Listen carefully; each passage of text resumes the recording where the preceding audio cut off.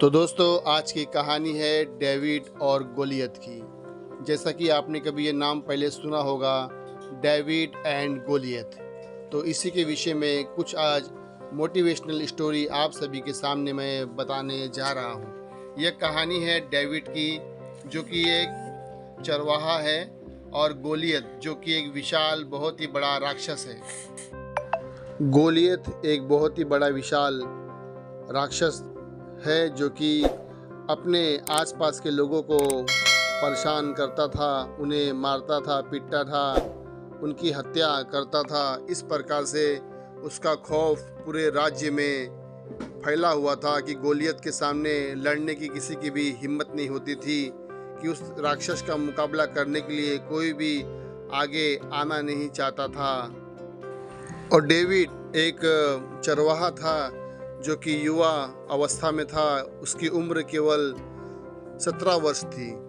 David को जब गोलियत के बारे में जानकारी मिली कि गोलियत का दहशत पूरे राज्य में फैला हुआ है, और गोलियत का भय जो है, दहशत जो है, डेविड के भाइयों के अंदर भी है, जो कि उसके भाई डेविड से बड़े थे। एक दिन डेविड अपने बड़े भाइयों से मिलने के लिए आया, और वे अपने बड़े भाइयों को बुलाकर डेविड ने कुछ इस प्रकार से कहा। भैया, आप लोग इतनी ज्यादा संख्या में हो तो फिर आप लोग उस राक्षस का क्यों नहीं मुकाबला करते हो? डेविड की बात सुनकर उसके दोनों बड़े भाई कुछ डर सा गए, सहम सा गए, और डेविड के बड़े भाइयों ने डेविड को जवाब दिया कि डेविड, तुम देखते नहीं, गोलियत वो राक्षस इतना बड़ा है कि उसे मारना असंभव है।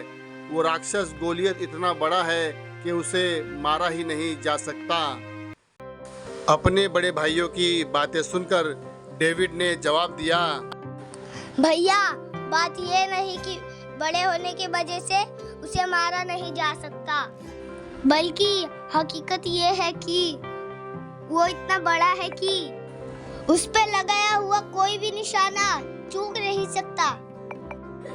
डेविड के इतने शब्द सुनकर पूरे राज्य में एक जोश सा भर गया। उसके बाद जो भी हुआ वो पूरी कहानी इतिहास में अमर हो गई कि उस युवा 17 वर्षीय डेविड ने मात्र गुलेल से ही उस विशालकाय राक्षस गोलियत को मार गिराया।